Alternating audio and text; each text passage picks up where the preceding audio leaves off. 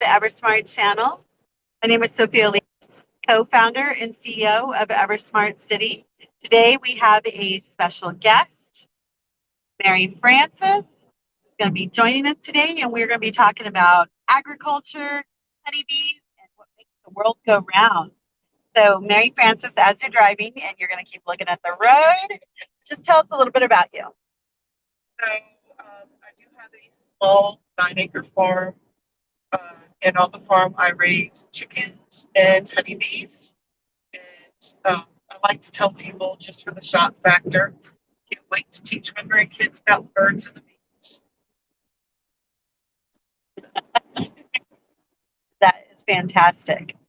So, we're going to talk about a certain aspect of what the bees have to do in our smart cities and our developments. We're going to have bees, bee colonies. And there are actually, if you do not know, there are actually bees that do not sting, which, if you're allergic to bees, those are the type of bees that we want to have. So, Mary Francis, tell us about honeybees and how that would help our agriculture and why you want to have bees in your communities. So a lot of the vegetables and fruits that you grow need to be pollinated, because there are male plants and there are female plants. There are male flowers and female flowers. So the honeybees will go through and take pollen when they collect the nectar, and the pollen is transferred from plant to plant, and that's how the plants are babies fertilized, or not fertilized. Pollinated. Yes. So there's that, and then of course the honey. When they produce honey, you can go in and harvest the honey, and then you have something to sell and trade. Right? And Yes. um, so there's several, reasons to have. Not bees have the ability, though, to produce honey. I don't know. I haven't looked into the stingless bees. I have been stung many a time by mine.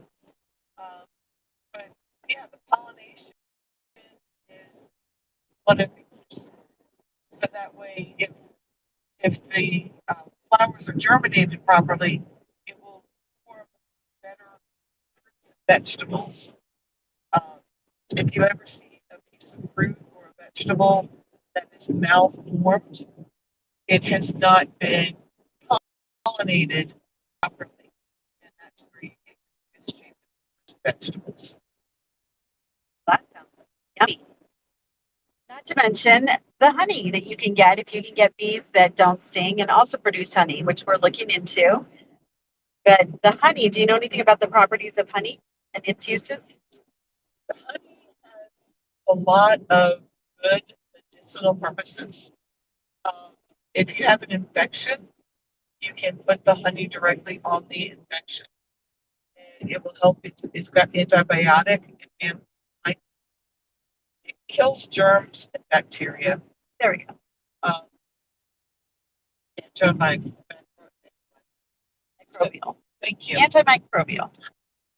You do the big words, I'll take the little ones. And another component of the beehive is what's called propolis. And propolis is what the bees will use to cement parts of the hive. So when you go into a beehive, the trains in it won't move. And it's because they've used tree sap, which they turn into propolis with their saliva, and glue the parts of the hive together. As well, in the wintertime, if a mouse or a small rodent gets into the hive and they cannot move it, they will propolize it and basically make it a mummy, and it can stay there forever because they cannot move it.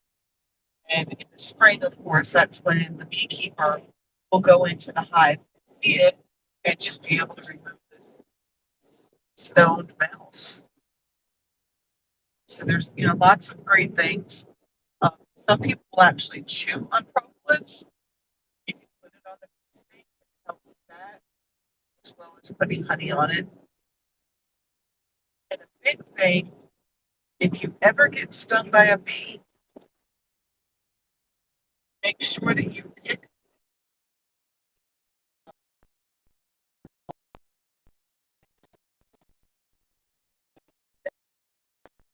with the stinger and pump venom to your system until the sac is empty. As well, stinger can get infected. It's very dirty. A bee can only sting you once and then it dies. And the male bees, when they sting you, actually they typically don't sting the males. But if they do, because it's not barbed, the stinger will not come off you. Okay. So, and then of course, most bees, if they are collecting honey and such, they are females. Those are the worker bees, because the male bees are what are called the drones. They are lazy, and the only thing they do is hang around in the hive and wait to give their sperm to a queen. Oh my gosh.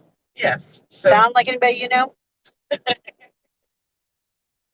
once they do fertilize a queen, they basically detach themselves and drop off and die immediately after mating. And a queen bee will mate with as many as 15. And she collects in this one flight all of the sperm that she needs to produce babies in the hive for 5 years. And then she never mates again. Wow. Yeah. That's fascinating. I've actually never heard any of that stuff. And she has the ability as well to determine if the egg that she lays is going to be a worker bee or a female or a drone bee. If it is not fertilized, it's a boy or a male. And if it's fertilized, it will be a female bee.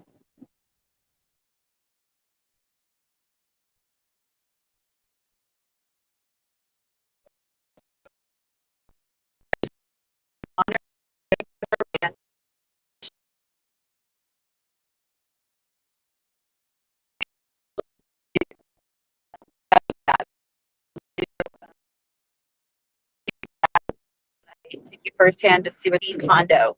We're gonna have little bee condos for our bees. So other than that, what like, is there any type of common rules in having bees and having them in developments? Like, they have to be. And now the first one is going in Arizona, so it's very, very hot there. Is there anything special that we have to do with them? So when you first get your bees, because they don't know how to find food, or where to find food, you're going to want to put out sugar water for them. And the sugar water is mixed up with Like hummingbird food, right? exactly. Except do that. A hummingbird is a cup of water for a quarter of a cup of sugar. And bees, it's half and half. Okay, got it. So when you mix up their water, you'll typically put it in like a shallow baking pan. And I take the cool noodles, the little the kids beat the crap out of each other with, and I slice them into slices. Put that on top so the bees don't drown. Oh. Some people will put rocks in the pan. Others will just throw some hay or straw. Others will just put some wood chips in there because the wood floats. So I'm gonna be making a bee aquarium. Incredible. Okay. So the hive itself, different layers, and I can walk you through that. We can do a tutorial on that. The deep box, which is what you put your brood in, which is where the baby nursery is. And then on top of that, which is where bee food would be. And then from there up, you would use shallows because they're easier to handle to put the honey in that you are going to take from the honey. And then each one of those, there's a frame, and it's the same, obviously, the same depth as the box. And we'll walk through all of that. Fantastic. All right, guys. Well, that is it for now. Thank you so much for staying tuned to the EverSmart City channel. Look forward to catching you later where we visit some other things to do on the farms. And that's also, we're going to have chickens, free-ranging chickens in our development as well. And that is something that's also available at Mary Francis's farm. So stay tuned to see how entertaining it is for me to try to get an egg from a chicken. Thank you so much for joining the EverSmart City channel, where technology enhances the human experience.